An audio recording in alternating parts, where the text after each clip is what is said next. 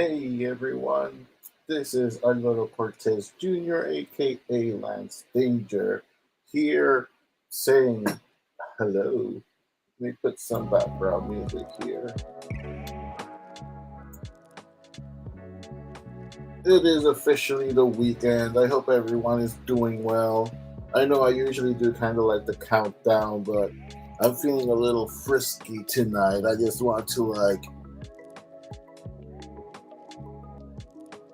get to the good stuff already. Some cookie dough. Coconut cream liquor for a nice little setting here for a little drink and draw. But before that, some quick updates. Of course, I have to update that intro relatively soon. If you guys missed my previous live stream, I did explain that I got in contact with Kablam, which prints our comics over from Truthful Comics. Um, if you follow us on social media, especially us individually, Manuel Carmona and myself, ever since December, Project New Wave was sent to the printers over at Kablam. Manuel did receive his batch of comics eventually. There was a bit of a mix up, a bit of a mishap with some kind of weird glitch that their system had. It took them like a couple of months to finally get them, but he had ordered a handful of comics so he could sell himself as well at activities and whatnot. Which, speaking of which, he's going to be at IconoCon, I believe it's called, in a couple of weeks over in Virginia. I'll likely show everything in a little bit later on in the stream or something.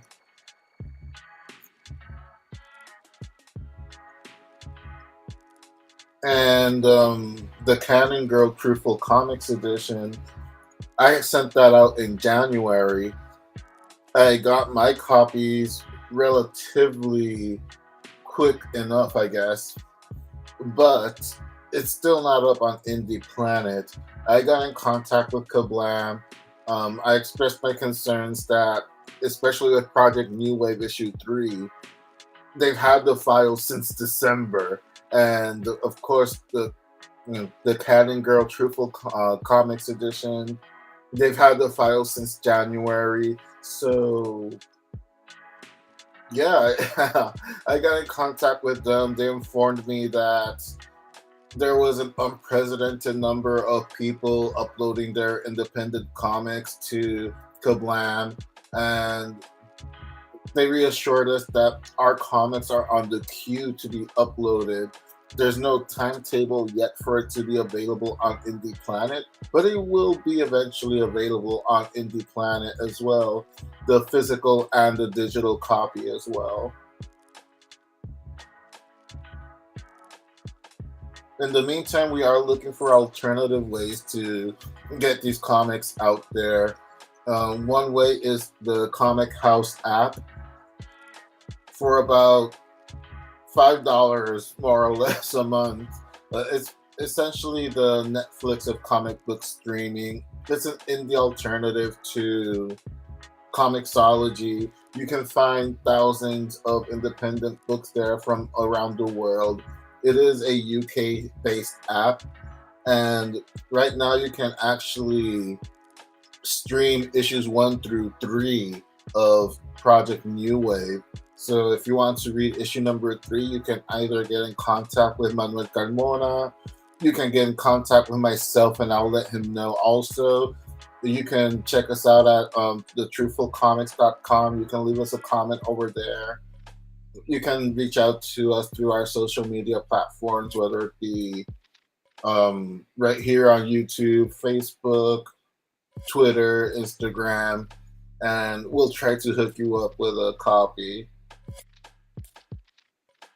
And also, never mind Truthful Comic Edition and the original 12 strips, I believe. The Truthful Comics Edition and the Fred Peterson the Mighty Warlord Prologue is available on Comic House as well, and other comics are slowly going to be making it to the app as well as I find the time to format the files into PDFs and whatnot, go through the process of uploading them and all that good stuff.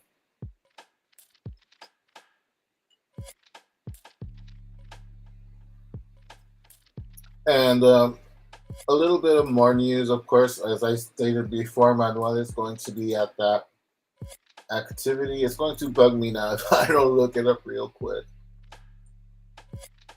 I shared it not too long ago on my Facebook. So let me just go ahead and look up the blog at truthfulcomics.com so I can show this to you guys very quickly before we have some fun illustrating around here, around this area.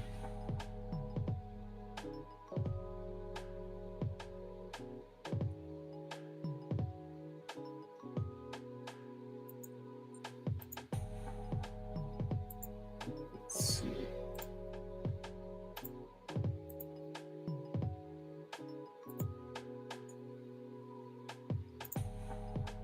All right, here we are. Truthfulcomics.com. This is the specific blog. Truthful Comics takes over Iconicon. Iconicon 2022. So that's going to be an in-person event at North Suffolk Library, Saturday, April 30th from 10 a.m. to 3 p.m. So if you're in the Virginia area, definitely check that out. The Suffolk Public Library's 6th annual multi-fandom event, Iconicon, has returned to in-person. Join us for the biggest free gathering of sci-fi, fantasy, comic, and anime fans in the area. That's cool. Like, that's actually a free event. The event features a gaming tournament, cosplay contest, fan art contest, local vendors, and more. This event is free and for all ages.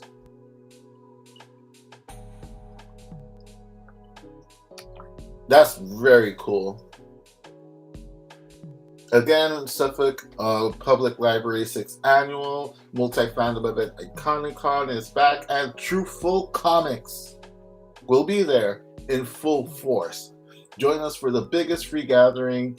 Well, pretty much what the flyer indicates. So it is a family-friendly event. So bring your kids, your nephews, invite your neighbors, your co-workers, and tell them they need to be at Iconicon. And of course, there's the scheduled event. There's like the registration information as well, calendar. There's like the artists and authors that are going to be participating. Of course, right up there at the front, Truthful Comics. Manuel Carmona representing Truthful Comics. It would have been cool to actually be there. Unfortunately, I won't be there myself. We are planning things for the second half of the year. So hopefully we'll be able to do at least one activity together as Truthful Comics, and throughout the year, like activities like this, like we can individually go out and represent Truthful Comics as ourselves. So separate the date if you're in the Virginia area, Iconicon 2022. And you can like read all this stuff over at truthfulcomics.com in the blog section. I wonder if this has a website. Now I'm curious. Why so curious? Why so curious?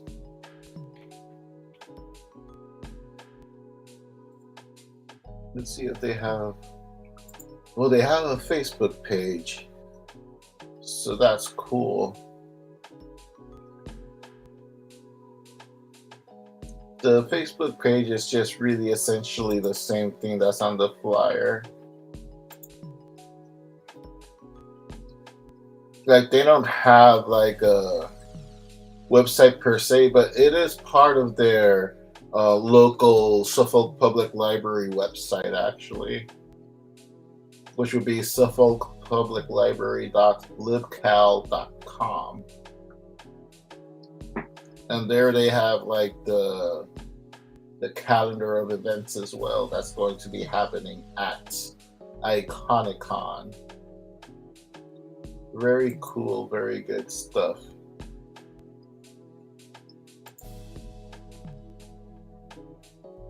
Hopefully, I'll be able to participate in more activities this year. And by more, I guess I mean activities at all. I really haven't done like a big signing event in like 10 years now. Yeah, pretty much 10 years. My last one was in Puerto Rico just before I left, a few months before I left. It was this whole big comics fair on campus in a community college kind of environment. I believe it's like a type of community college. It was a real fun time, actually. I got to sell quite a few things over there from the original print runs of Fred Peterson, the Mighty Warlord. And that was like the first time that Warlord wasn't seen as just like a Spider-Man ripoff, even though um, if you've heard it before, like I've talked about it a couple of times, Warlord wasn't necessarily inspired by Spider Man. He was actually more inspired by the 90s version of The Ray, written by Jack C. Harris, the miniseries, and illustrated by Joe Quesada, Jimmy Palmiotti. I believe the colorist's name was John Cebollero, something like that. I always mix up the name because it's similar to the basketball player that was around at the time called Cedric Ceballos. I don't know why I always kind of confused the two names. But yeah, it was something like that. And also the Ron Mars, Daryl Banks era of Green Lantern as well with Kyle Rayner. That was a big influence. Mark Wade's Flash, of course. There was definitely a bit of Spider-Man in there, in the sense that, of course, Spider-Man is one of my all-time favorite characters. At that time, the Spider-Man books were kind of starting to suffer a little bit, so as the story goes, it was actually the Spider-Man, the animated series from the 90s that gave me the push to actually do Warlord comics. Let me stop sharing this for a second. So it was the Spider-Man animated series from the 90s that inspired me to do Warlord. Like that's as far as the motivation and inspiration that I got from Spider-Man, to be honest. I got a lot of inspiration from Archie comics, actually. And people have called me out on that too. There is like one particular scene in chapter 19 that when I posted it, people were like, wow, that's a real Archie moment. Even the artwork was relatively light in that aspect as well. All this time, I thought that I came up with such a cool name, Cheryl Smith, for Fred Peterson's girlfriend in the first book of Warlord. And of course, she's a redhead. But then like a year or two later, well into the series starting, I see a Facebook post of Archie Comics promoting a new Cheryl Blossom. My cat running around, wanting all the attentions. Right here, boy. Did I wake you?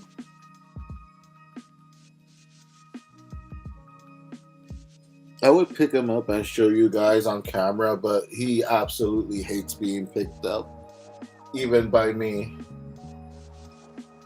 Like, he has no problem jumping onto my lap and sitting on my chest and all that stuff, but he cannot be picked or he will get legit mad at you for a while. It doesn't matter who you are or what the circumstances are, he will get mad.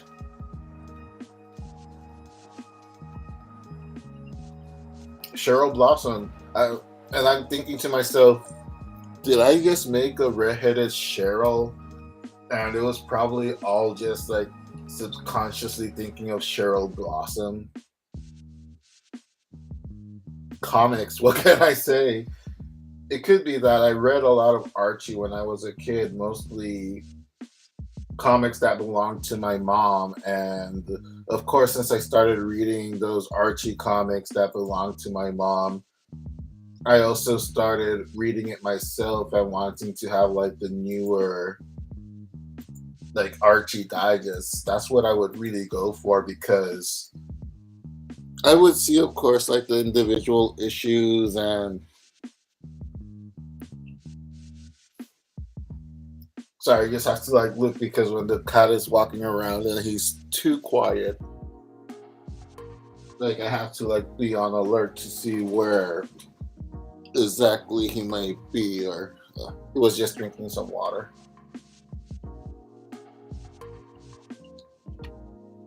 He actually drinks a lot of water because we got him one of those water fountains that are for cats. So the water is constantly. Oh, sorry about that. The water is constantly flowing like a fountain.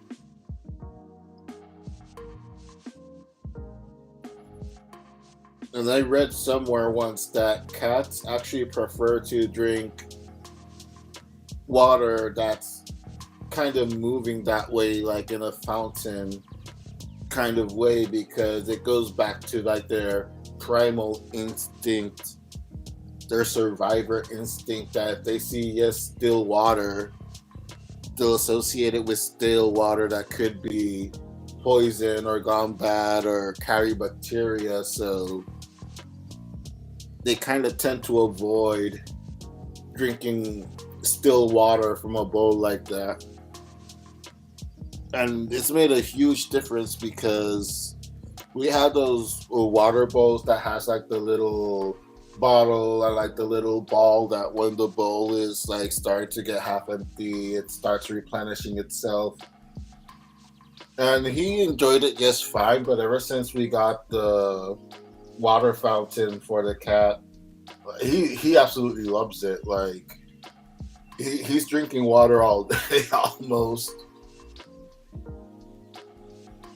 which is good for him because he is a senior cat. He is 13 years old, even though sometimes he acts like he's a 4-year-old cat.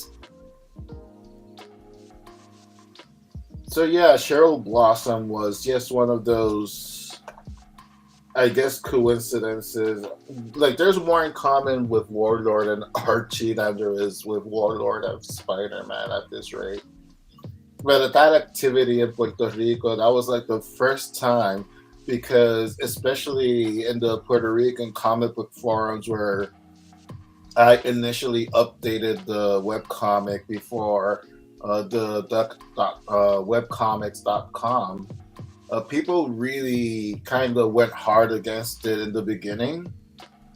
And when I say that they went hard against it, is that they would look at the aesthetic, they would look at the art and the character designs. And, like a lot of people would be like, well, that's just pretty much Spider Man, that's Spawn, that's Venom, they try to associate whatever character it is to like a mainstream culture part or something without even reading the story. It's more of a Rurouni Kenshin ripoff and Sailor Moon ripoff, to be honest, than it is a Spider-Man ripoff. Like maybe I'll do a Kill All live stream at some point. But I am planning to do more Warlord specific videos as well again. Kind of like the old webcomic commentary when I would go over the webcomic pages and offer my commentary as I click through them. I'm also planning character profile videos as well because I've noticed that there's a there's an alarming lack of content that pertains to my any of my webcomics really, and especially Fred Peterson, the Mighty Warlord. And I kind of want to like rectify that throughout the year. So now that the 100 days of making comic videos are done, there this past week, past Wednesday was the final episode of that season. I am planning to do like at least 12 episodes also of just talking about Warlord and have it be like Warlord Wednesday season 2 or something like that. Where I'll do like deep dives into the characters, the stories, the arcs, the artworks, what influenced me to do this, what influenced me to do that, why I chose specific color palettes, and why I went with a certain style. You know, the works, just like the whole dirt sheet of Fred Peterson, the Mighty Warlord. Even if it's just to have that documented for myself, or if Warlord, like, as it tends to be, becomes like more of a thing after I'm not on this earth anymore. Like people can look back and watch on these videos and be like, oh, so that's what the hell he was thinking.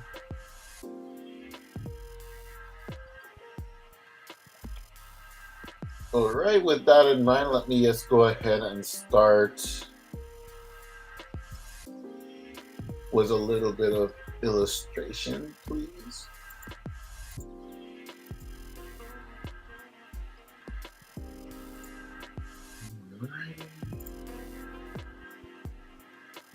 Here we go. Oh, and real quick,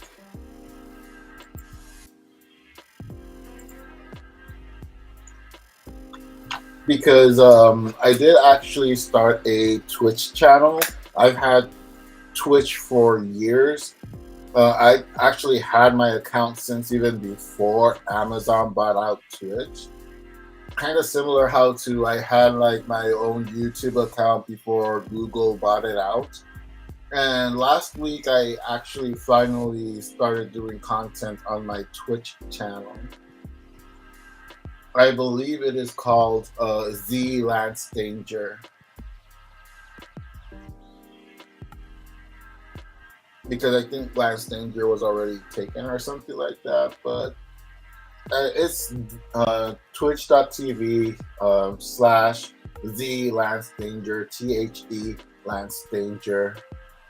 And I'm going to do chill art streams there when I do kind of the more kind of commercial art, I guess.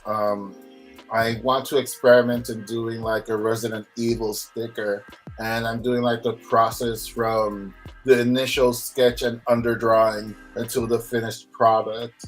And I did that video last week, that live stream. It was a lot of fun. Great conversation with people in the chat. And I also got myself, it arrived yesterday, well, yesterday really.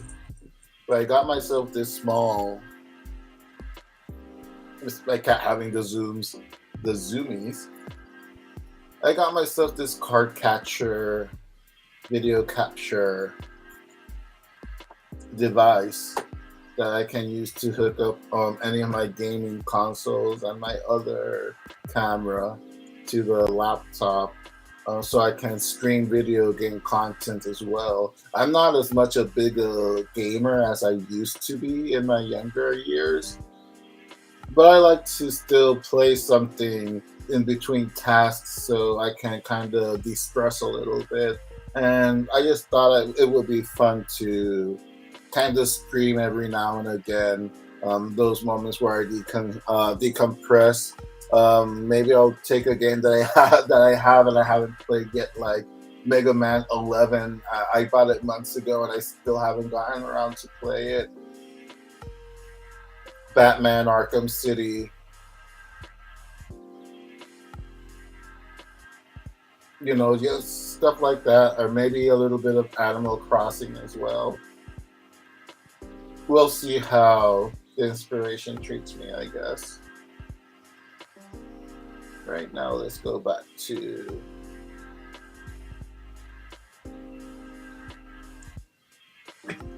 As I discussed previously, one of my tactics that I've been using for these Truthful Comic Editions remakes, or rather redraws.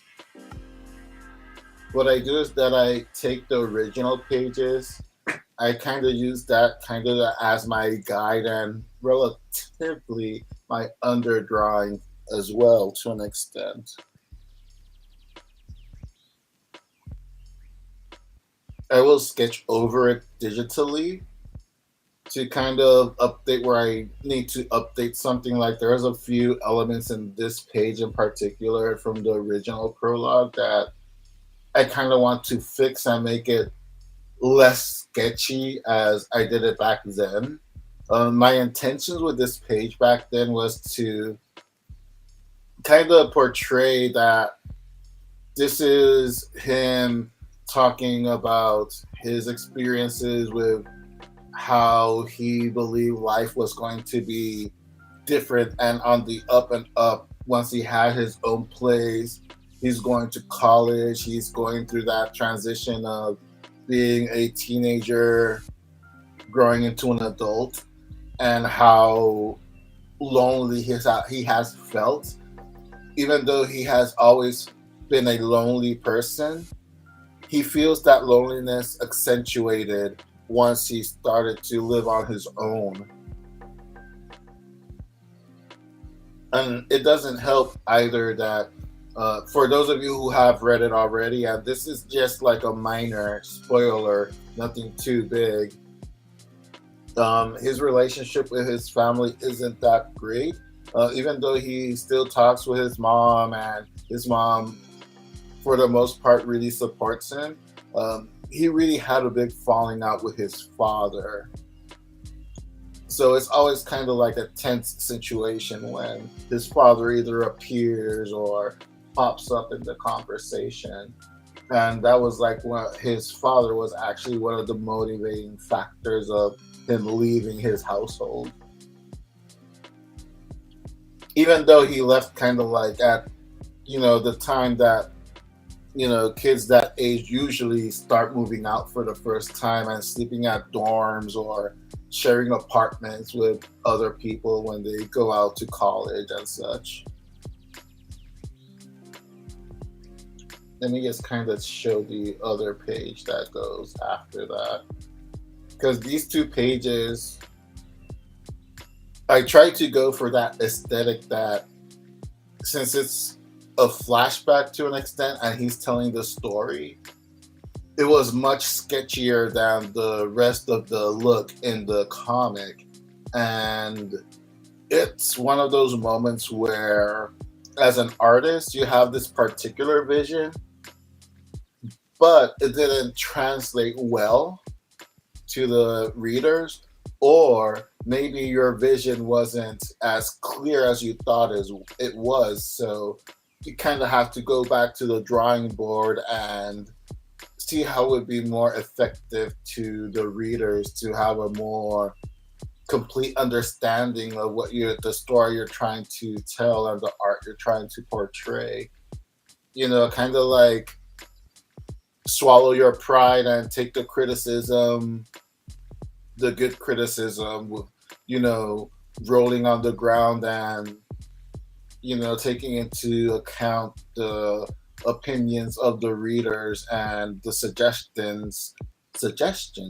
I can never really say that word right.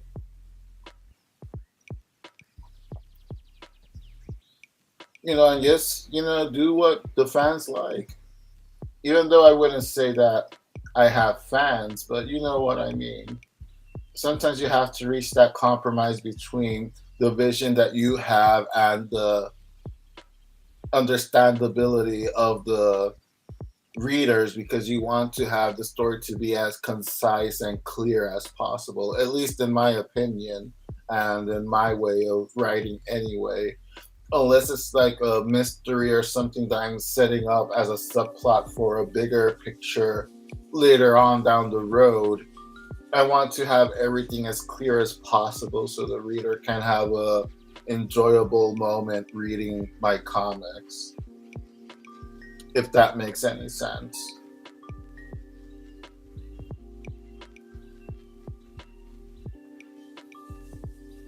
Like, yeah, I'm going elbow paddless on this one, and my elbow is feeling it.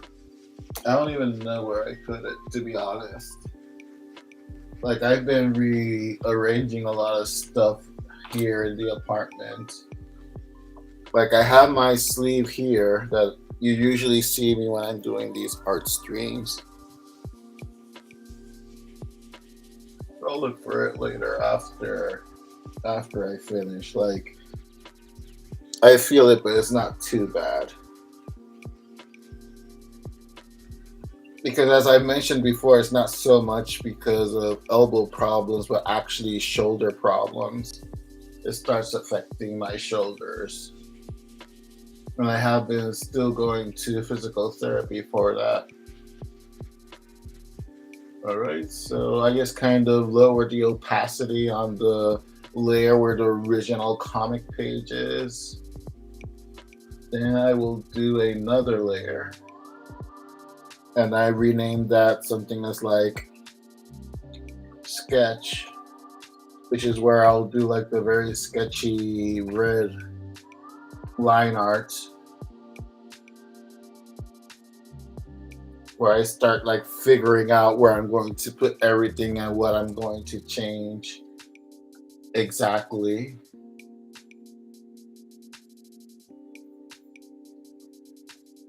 Like, I kind of like this whole kind of dreamlike kind of scenario, so I'm going to try and leave it relatively like that. But yes, I changed a few things here and there, like I said before, just to make things more clear and have it be more effective, the storytelling, and also have the artwork be a little more appealing as well.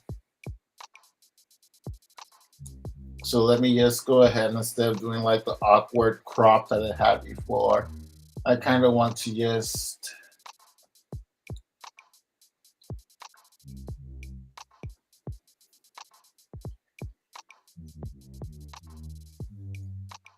go ahead and have a more better constructed head.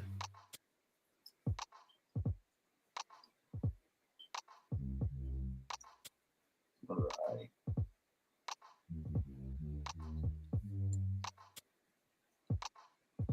Not kind of like block off where everything goes.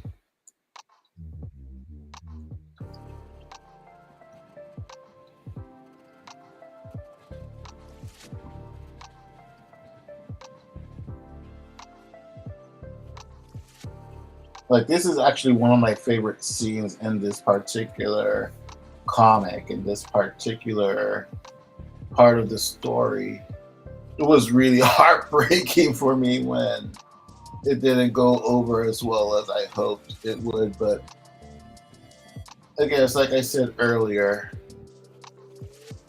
you have to reach that compromise sometimes, and you have to do what's necessary to put forward the best possible product out there. As they say in the art world or the creative world, sometimes you just have to kill your babies.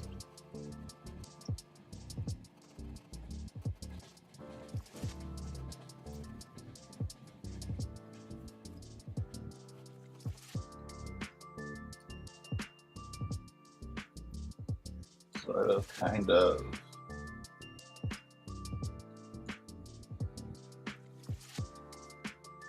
Lock this in here as well.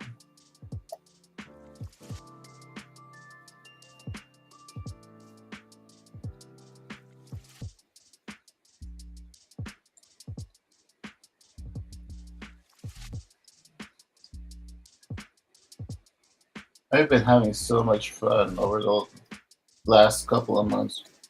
This year, this entire year so far, really, just illustrating. I just kind of want to zoom out to see what else.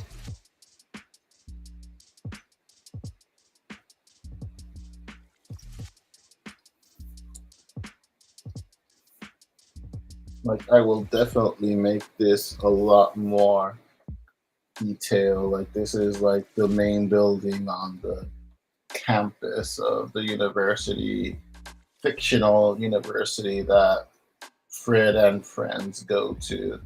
It's called Old San Juan University.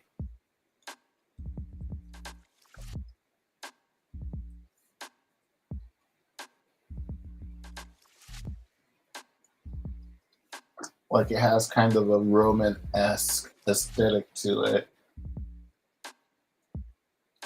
And that was very much on purpose. It was actually inspired by a building that I saw in a school textbook. I believe it was a library or something like that. I really don't remember that much specifics of it, but I just remember really just loving the aesthetics of the architecture of that building. And since so many great philosophers are Greek, and myself, someone that loves philosophies in all forms, I just thought it would be cool to kind of have like a Roman type architecture building as like the campus for the college these characters go to. I remember when it first appeared in issue 1, people were super impressed with my background illustrations. But then as time went on the webcomic, I kind of had to like sacrifice some of the details to be able to speed up the flow of updates.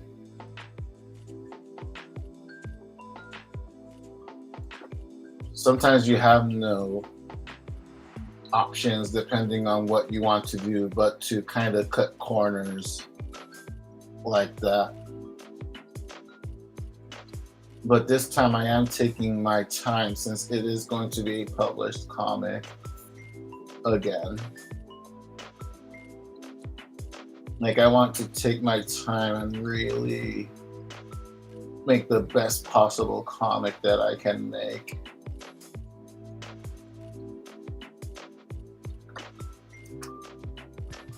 For this pose, I'm going to change it up a little bit so it can go better with the flow of the story and whatnot and the composition. I'm actually going to use a little bit of reference using these figures. I honestly forgot the name of these figures. They're Japanese built, and a lot of mangakas, a lot of American comic book artists use these for a reference. So I just kind of have it sitting in a similar pose, but in front of my monitor, so I can like kind of get a better grasp, a better appreciation of the pose. And again, I want to also improve like the flow of the story as well.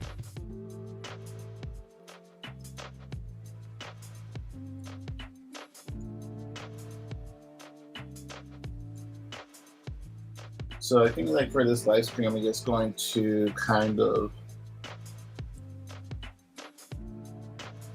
do the sketches I'm blocking in and kind of like the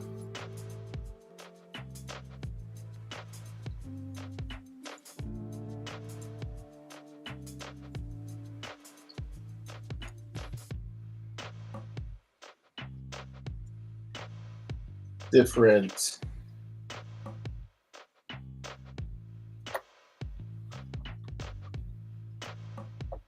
aesthetics that I want to put into it.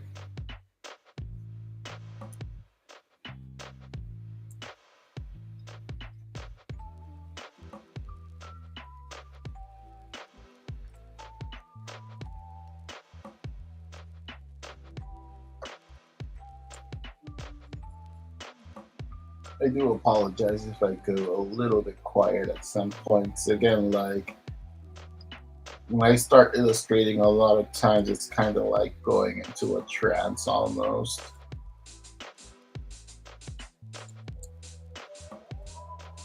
Right, so just changing up the storytelling a little bit there. I kind of undecided in how to do that left hand to me panel right now. There are some things I do want to change from it. Let me freshen up my drink a bit.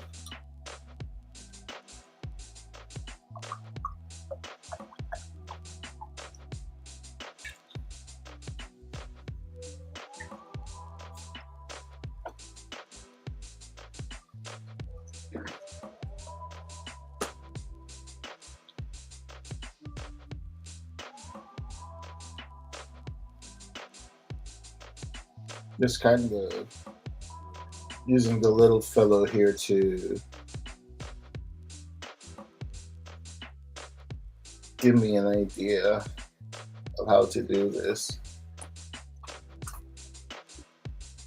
It's cool to be able to have kind of like these options. And again, I want to have it be a lot less sketchy than it originally was so that the story and the attention of this flashback is much clearer to the reader.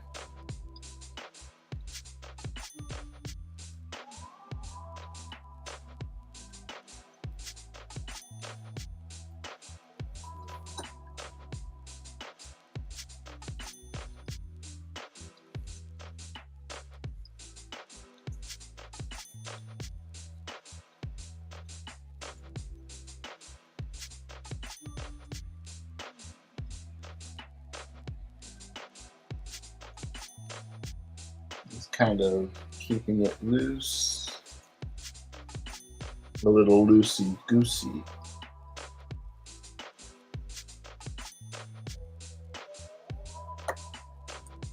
Kind of showing off his excitement at having his first place of his own.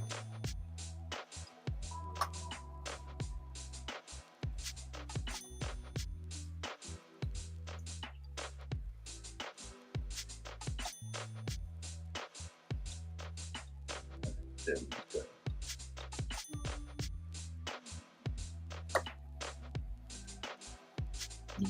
Designing the backgrounds and the sceneries for this comic was so much fun way back when I first started designing the comic.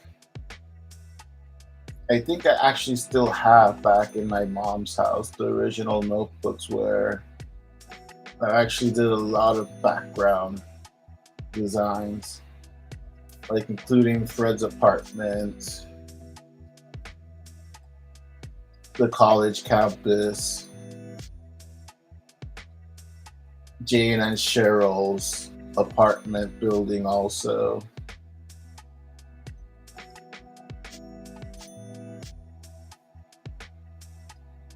Like, yeah, like I went all in when I started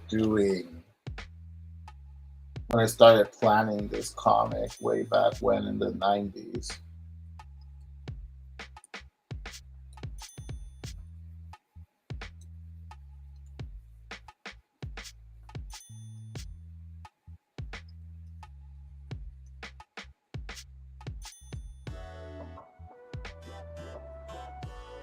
This is just a lot of fun. I am so like in love with the process of making comics.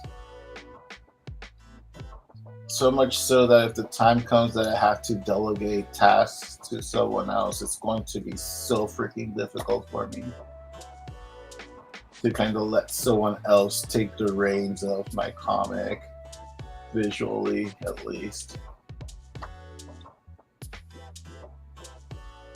I think that's coming out a lot better than the original art and whatnot. Again, since this is just like the red, like to use an animation industry lingo, like the non-reproduction red emulates the non-reproduction red and blue pencils. I am like in the liberty of keeping it kind of loose, but again, if I go back to the original page and I raise the opacity, you can already see a ton of differences. In my mind, it's starting to look a lot better and a lot clearer what I'm trying to portray on this page.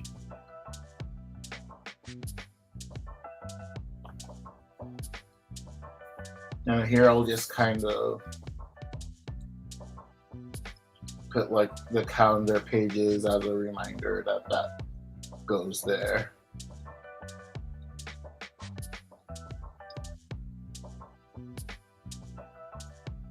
Yeah, it is starting, in my opinion, starting to look way better.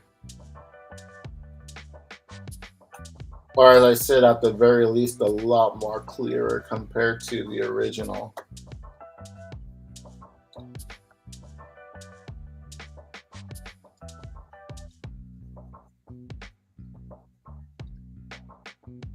Just kind of add a hand there for a little bit more dramatic acting.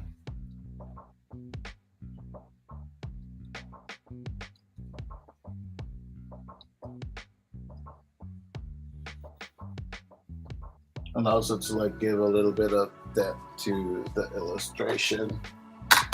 Like sometimes it's important to add little touches like that, like some type of mannerisms to the character. In my opinion, it gives the character a whole lot more of a fleshed out characteristic, and also it helps with the body language and the story that you're trying to tell and portray. So like putting his hand kind of like thinkative there. See us him like kind of reminiscing almost nostalgically. And of course, like him excited in the next couple of panels, and then him looking very lonely in that bottom right panel.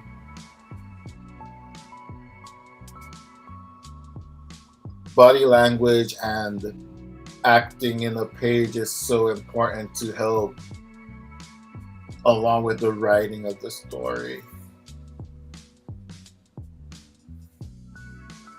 At least in my opinion, anyway.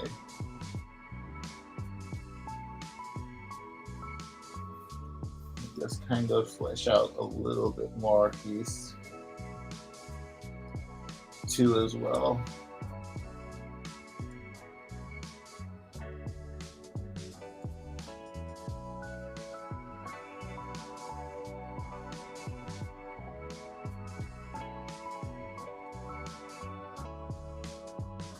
I always have so much fun illustrating Fred's hair for some reason.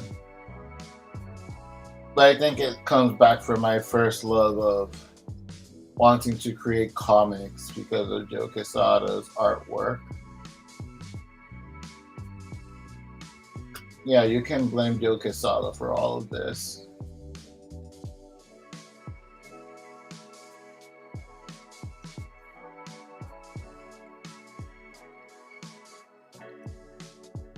Hopefully, I'll be able to finish this prologue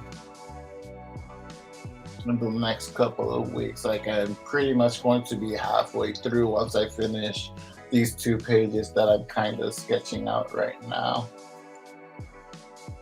Because I am going to probably be attending a couple of comic book and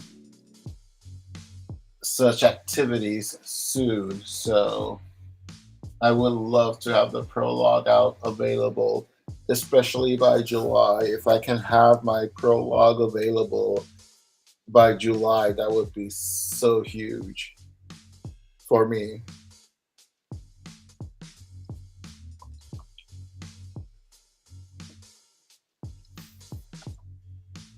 Let me just kind of flesh out this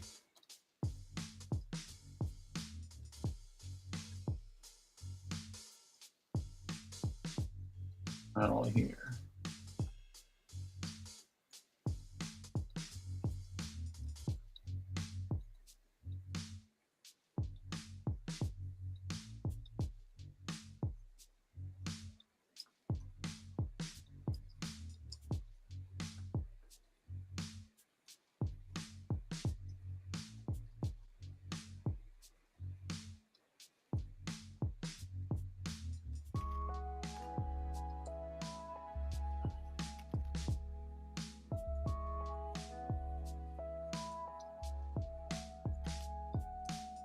Like, the funny thing is, to an extent, is even back when I would do those illustrations on notebooks, my friends actually would really like the poses I would do of like Fred or any of the other supporting characters, and just like everyday mundane lonely poses.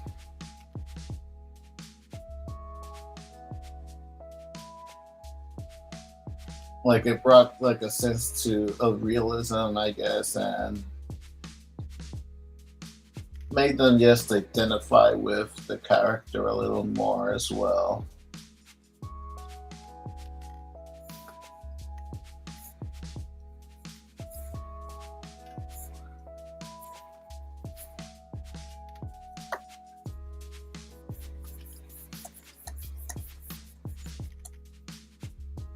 I think that's going to be enough for the sketch for this page.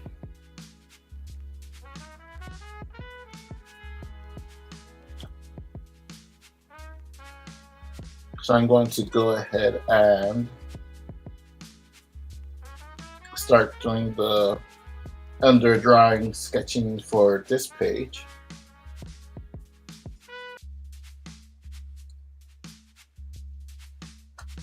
We go back to the same procedure, lower the opacity, add a new layer, rename it to sketch. And I'm doing all of this in Clip Studio Paint. I make the layer into a color layer, of course, so I can differentiate the red line. And I use the mechanical pencil brush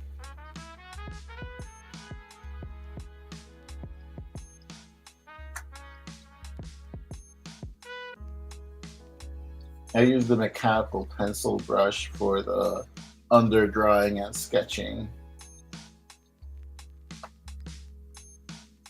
And then I use sometimes I'll use the G pen, sometimes I'll use a brush, depending on the mood and effect that I want to have on a certain page or character.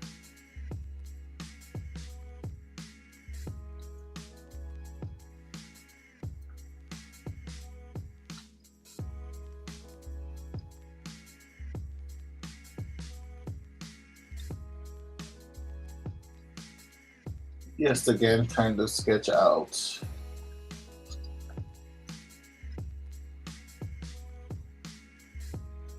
And yeah, this page is very much Joe Madureira inspired.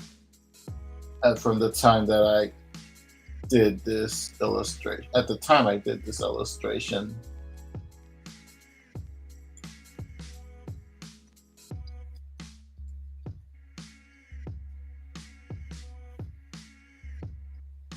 as you can tell by kind of like the DBZ style energy ellipse or whatever they're called. They're on the ground.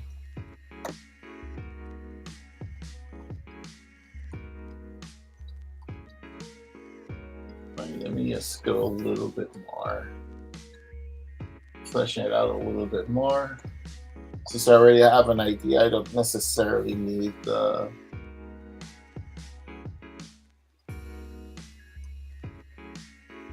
layer with the original illustration there.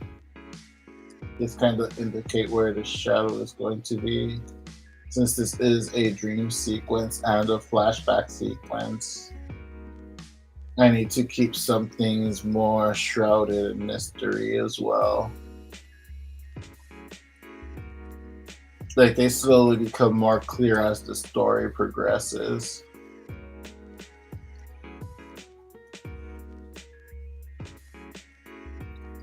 This is one of my favorite character designs in the comic, truth be told.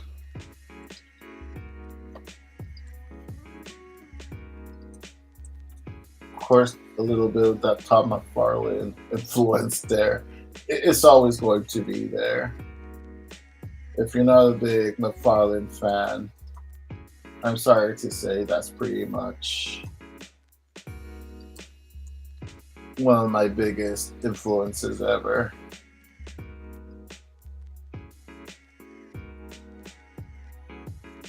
As an artist and as a businessman, like he's really at a whole other level.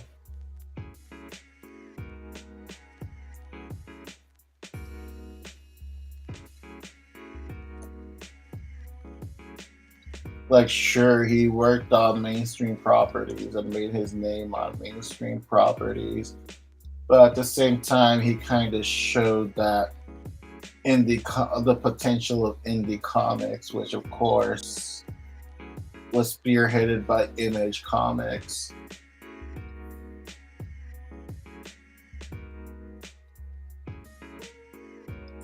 And again, like already, I'm starting to notice a huge difference between the original page and this remake. Just in the underdrawing alone, I can see a big difference.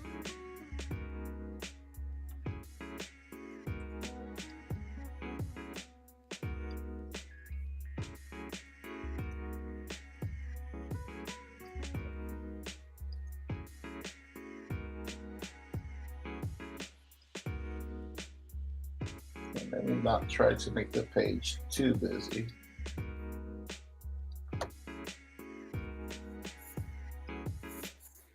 Just kind of mark where the ground is.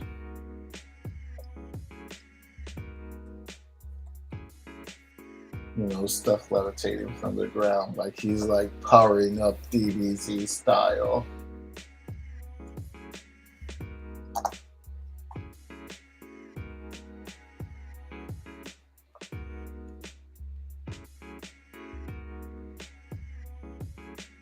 Doing these live streams are kind of cathartic, man.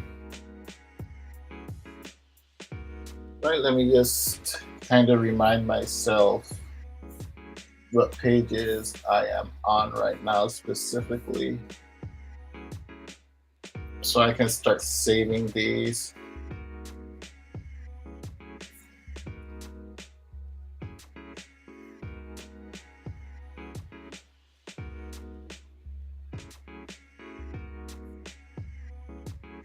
If you bear with me just a couple of minutes.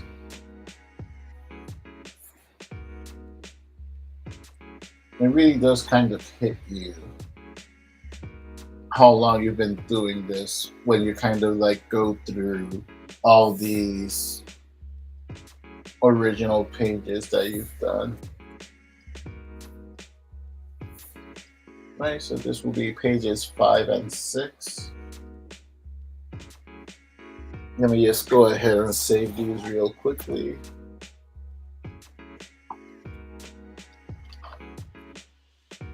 All right, bear with me just one moment.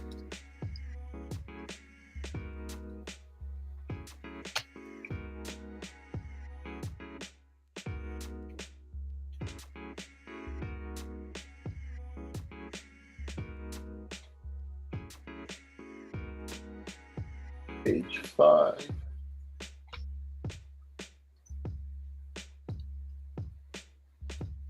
Go ahead and save it on the desktop for now.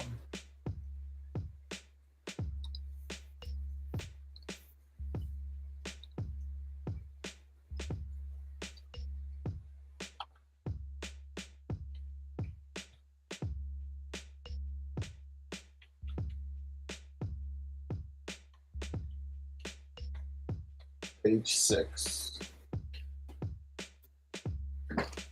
All right, I think that's going to do it for this live stream for today. I went ahead and saved the progress of these pages.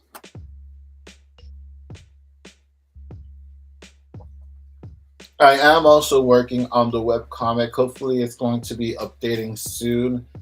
If everything goes well, as soon as next week. I have to really get up to speed on a lot of different things. Anyway, I'm going to go ahead and end the stream here. It's already been just a little bit over an hour.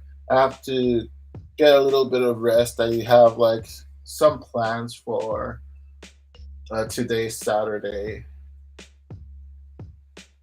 Hopefully the rain won't ruin most of those plans. It's been raining throughout most of the morning. It's going to be raining pretty much into noon or the afternoon.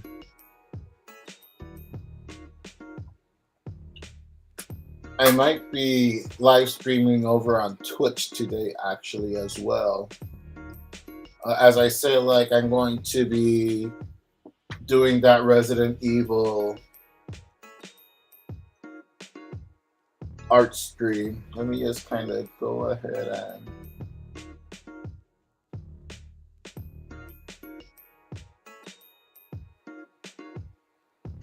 I guess show you guys my page.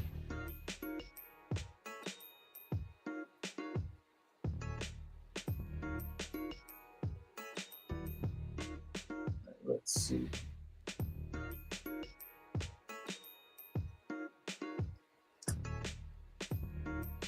Right, as I said, my page is The Lance Danger. Twitch.tv/The Lance Danger. Let me just go ahead and show you guys real quick before I leave.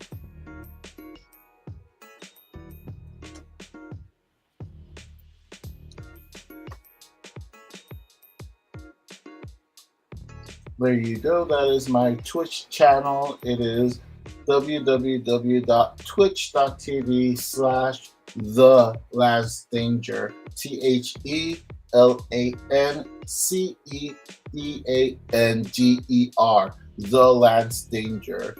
Over at Twitch. As you can see, that first video is up there.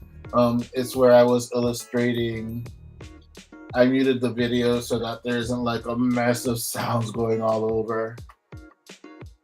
Just kind of like fast forward it a bit so you guys can like see. There's the illustration that I was making.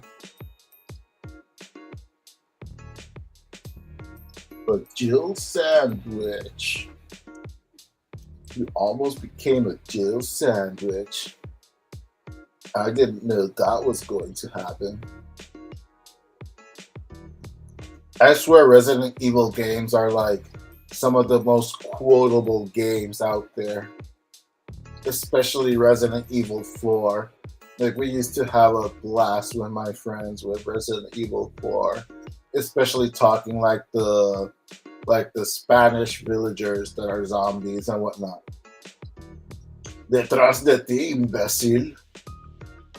Un forastero. Yes, fun times, man.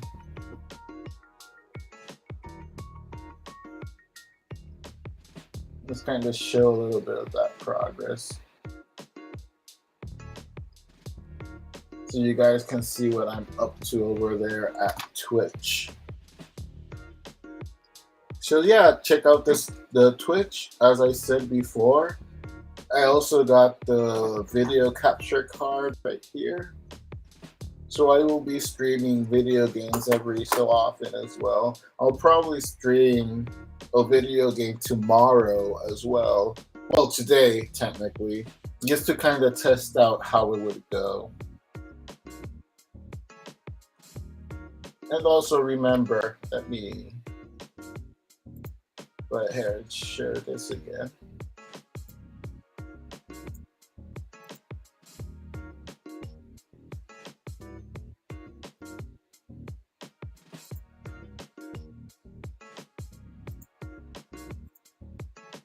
Also remember IconicCon 2022, Saturday, April 30th. Manuel Carmona, creator and illustrator of Project New Wave, is going to be there.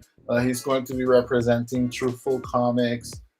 It's free, it's family friendly. So if you're in the area, I encourage you to go wholeheartedly. I've heard nothing but good things about that activity from Manuel and other friends that live in the area. Also, be sure to check out the Truthful Comics website. There's new stuff coming out constantly over there. And I'm also improving my personal website, artofalvaro.com, with new stuff as well. Anyway, it is time to call it a stream. As always, thank you guys so much for keeping me company as I do this. I appreciate each and every one of you. For those that didn't see the previous stream, I did surpass the 50K channel views on YouTube. And not just that, I'm actually very close to 60,000 channel views. I'm very close to 200 subscribers now. I only need like about 29 subscribers to make it to 200. And I know that doesn't sound a lot like in the grand scheme of things, but my channel at this point last year was stuck at like 60 subscribers. So 1 year later, to have a little bit over 100 subscribers, and it's been happening more recently over the past couple of months, the last month really, that I've been getting more subscribers and more viewers and people commenting and chatting with me as well. And I appreciate that from the bottom of my heart. I will continue to strive to do quality. Well, quality is subjective, I guess, but the best streams that that I'll be able to do. I'm also going to try to put forth the best content that I will be able to do as well.